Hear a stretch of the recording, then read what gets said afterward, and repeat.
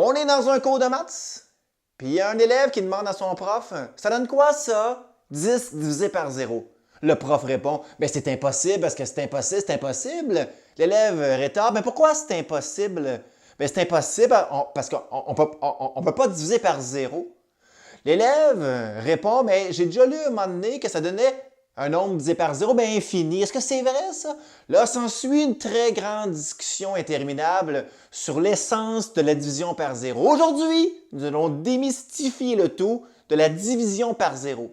Pour savoir si l'élève avait raison de dire que 10 divisé par 0 donne l'infini, il faut comprendre l'essence de la division.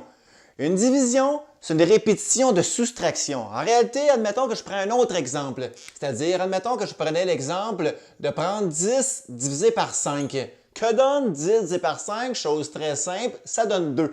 Plusieurs pourraient dire ça donne 2 parce que dans 10, il y a 2 paquets de 5. Mais en réalité, 10 divisé par 5, c'est une répétition de soustraction. En réalité, 10 divisé par 5, c'est le nombre de fois que je dois soustraire 5 à 10 pour avoir rien, pour avoir donc 0. Donc dans ce cas-ci, je partirais de 10, j'enlève 5 combien de fois pour avoir rien? Mais j'enlève 5 bien sûr ici 2 fois, d'où la réponse bien sûr ici 2. Un autre exemple, admettons je diviserais ici 10 par 2. Donc la réponse serait le nombre de fois, il faut que je soustrais 2 à 10 pour avoir plus rien. Finalement la réponse ici donnerait 5. En réalité, je partirais de 10, j'enlève 2 combien de fois pour avoir plus rien? Donc, j'enlève 2, bien sûr, ici, pour avoir plus rien, en réalité, 5 fois. D'où la réponse, bien sûr, ici, 5. Si nous prenions maintenant 10 divisé par 1, donc en réalité, la réponse serait, pour faire comprendre que la division est une répétition de soustraction, la réponse serait le nombre de fois, il faut que je soustrais 1 à 10 avant d'avoir plus rien. Bien sûr, ici, la réponse est nécessairement 10. La preuve, partons de 10, il faut que j'enlève 1, bien sûr ici, 10 fois pour avoir plus rien, donc 0. Je soustrais bien sûr ici 10, 1 avant d'avoir, partant 10, plus rien. De la réponse, nécessairement, donnerait 10. Donc maintenant, si nous continuons le même principe en divisant 10 par, maintenant ici, 0. Est-ce que la réponse va donner, comme tantôt l'élève qui le prétendait de mon préambule, l'infini, par le principe que la division est une répétition de soustraction? Si donc nous disons 10 par 0, la réponse va être le nombre de fois qu'il faut que je soustrais 0 à 10 avant d'avoir plus rien. Si nous faisons ce principe-là en partant de 10, je vais enlever 0 à 10, j'obtiens encore 10, pas rien. Je vais essayer d'enlever encore 0, j'obtiens encore 10, pas rien. Je vais essayer d'enlever encore 0. Merde de merde, je vais enlever ici encore un autre 0, j'obtiens encore, même si j'enlevais ici, en réalité, infinité 0, mais je n'aurai jamais, bien sûr, ici 0. Donc, est-ce que la réponse va donner, bien sûr, ici l'infini? Lorsque je divise 10 par 0, il y a un petit peu un non-sens derrière ici, ce principe-là. Allons-y maintenant vers un autre raisonnement, à savoir, est-ce que 10 divisé par 0 donne bel et bien l'infini? Donc, allons-y par ce raisonnement-là ici. Prenons encore 10 et allons le diviser par, dans ce cas-là ici, 1. Bien sûr, 10 divisé par 1, tantôt on l'a bien vu, ça donnerait carrément 10. Si nous continuons le même processus en disant 10 par une quantité, par un diviseur de plus en plus près de 0, genre 10 divisé par 0,1, bien sûr 10 divisé par 1 dixième, donnerait bien sûr ici 100. Continuons à prendre 10 divisé par un nombre de plus en plus près de 0. 10 divisé par ici 1 centième, la réponse donnerait bien sûr ici 1000. 10 divisé par 0,001, donc 1 millième. 10 divisé par 1 millième donnerait ici 10 000. Fait que si vous remarquez bien, plus que je prends 10 et je vais aller diviser par un nombre de plus en plus près de 0, plus que le quotient explose dans une valeur de plus en plus grande. Comme on pourrait encore ici que si nous continuons le même processus de prendre 10 divisé par donc 0, est-ce que ça donne encore ici comme tantôt l'infini? Selon ce principe-là, on pourrait croire que oui. Et là, on pourrait tous croire que 10 divisé par 0 donnerait l'infini par ces deux principes où on obtient 10 divisé par 0 donnant apparemment l'infini. Mais nous allons voir à l'instant que 10 divisé par 0 ne se calcule pas, ne se trouve pas. On va voir le tout grâce à deux méthodes, deux raisonnements totalement différents. Je vais vous prouver à l'instant que 10 divisé par 0 est indéfini. Premièrement, ce raisonnement nous amenait à comprendre que lorsque nous prenons 10 puis on le divise par un nombre de plus en plus près de 0, mais la valeur de ce quotient tendait à donner ici l'infini. Et on remarque très bien que lorsqu'on analyse la courbe y est égale à 10 sur x, on remarque très bien que lorsque x diminue, lorsque x s'approche de 0, la fonction, les y tendent à exploser vers plus l'infini. Si nous croyons que 10 divisé par 0 donne l'infini, on pourrait croire que n'importe quel nombre divisé par 0 donnerait toujours l'infini, comme par exemple 1 sur 0 donnerait aussi l'infini. Voyons ce qui se produit. Donc, si au départ, nous prenons un numérateur 1, puis on vient par le même principe suivant le diviser par 1. 1 sur 1 donne clairement 1. Et si je prends le même 1 numérateur, mais on vient le diviser par un diviseur de plus en plus près de 0. Comme par exemple, 1 sur 0.1 donnerait bien sûr ici un quotient de 10. 1 sur 0,01 donne bien sûr ici une valeur de 100. 1 sur 1,001 donnerait bien sûr ici 1000. Fait qu'on remarque très bien que si nous prenons un numérateur 1 puis on vient le diviser par un nombre de plus en plus près de 0, on pourra croire que 1 sur 0 donnerait aussi, bien sûr, l'infini.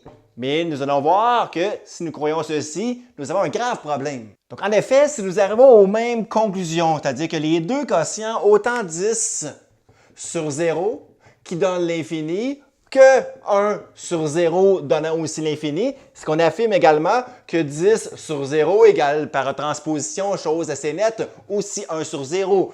Si ces deux fractions sont identiques et que les deux ont les mêmes dénominateurs 0, c'est parce que nécessairement les deux numérateurs, 10 et 1, devraient être aussi identiques.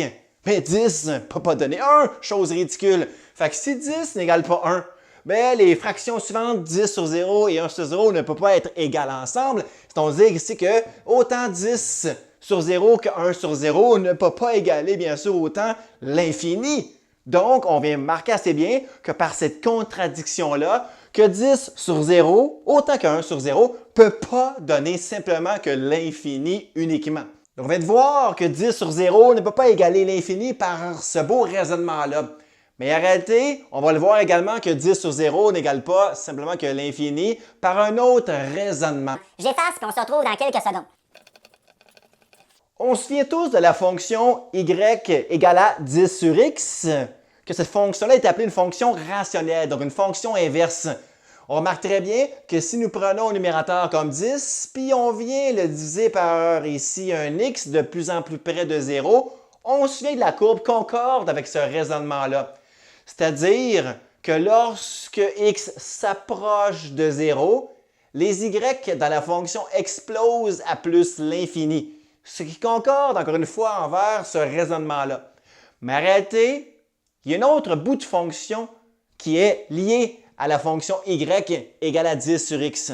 Pour comprendre qu'une fonction rationnelle ne vient pas avec une seule et même courbe, nous allons prendre le même processus, c'est-à-dire encore prendre le numérateur 10, mais nous allons le diviser par un nombre de plus en plus près de 0, mais dans le négatif. Comme 10 sur moins 1 donne moins 10, chose assez simple à comprendre. 10 sur moins 0.1, de plus en plus près de 0, mais dans le négatif. 10 sur moins 0.1, moins 100. 10 sur moins 0,01, moins 1000. 10 sur, encore de plus en plus près de 0, moins 0,001, moins 10 000. Donc, 10 divisé par un nombre de plus en plus près de 0, on pourrait croire qu'à un moment donné, 10 sur 0 donnerait moins l'infini de plus en plus petit comme expression. Là, on arrive à un grave problème. On arrive à deux choses qui sont contradictoires. Que 10 divisé par 0, on pourrait croire que ça donne ici l'infini, qu'autant que 10 sur 0 donnant ici moins l'infini. Pour bien visualiser cette contradiction-là, ces choses qui sont opposées, remarquez bien la fonction rationnelle. Oui, elle vient avec une courbe dans le premier cadran. C'est-à-dire que plus que x diminue dans le positif, plus que le quotient, plus que y explose à plus l'infini. Mais, il y a une autre courbe. C'est-à-dire que lorsque les x sont négatifs, plus particulièrement lorsque les x s'approchent de 0, mais de plus en plus près de 0, mais dans le négatif. Mais les y plongent vers moins l'infini. D'où cette dualité, cette contradiction, que lorsqu'on vient diviser 10 par un nombre de plus en plus près de 0, on obtient deux expressions diamétralement opposées. L'une étant plus l'infini, lorsque x est positif, et l'autre moins l'infini, lorsque x tend à donner une valeur de plus en plus près de 0, mais dans le négatif. C'est pour ça que 10 divisé par 0 est un calcul qui est impossible. On dit en maths un calcul qui est indéfini. Parce qu'en réalité, on ne sait pas réellement où aller lorsqu'on divise par 0. Est-ce que je monte à plus l'infini ou je descends à l'opposé vers moins l'infini? En terminant au cégep, lorsque vous allez analyser le genre de fonction rationnelle suivante, vous allez dire qu'elle est discontinue. C'est-à-dire qu'on la trace en levant le crayon, cette fonction-là.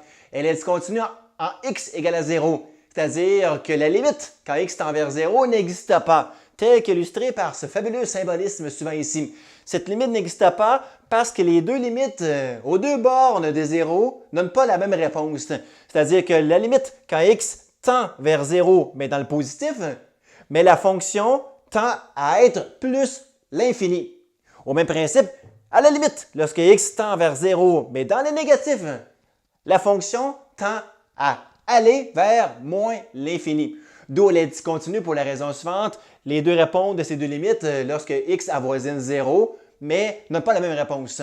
Donc, elle est discontinue. Tout ça pour dire que c'est vraiment les raisons qui vous affirment qu'un nombre divisé par 0 est un calcul qui est indéfini, car on obtient deux réponses qui sont carrément différentes.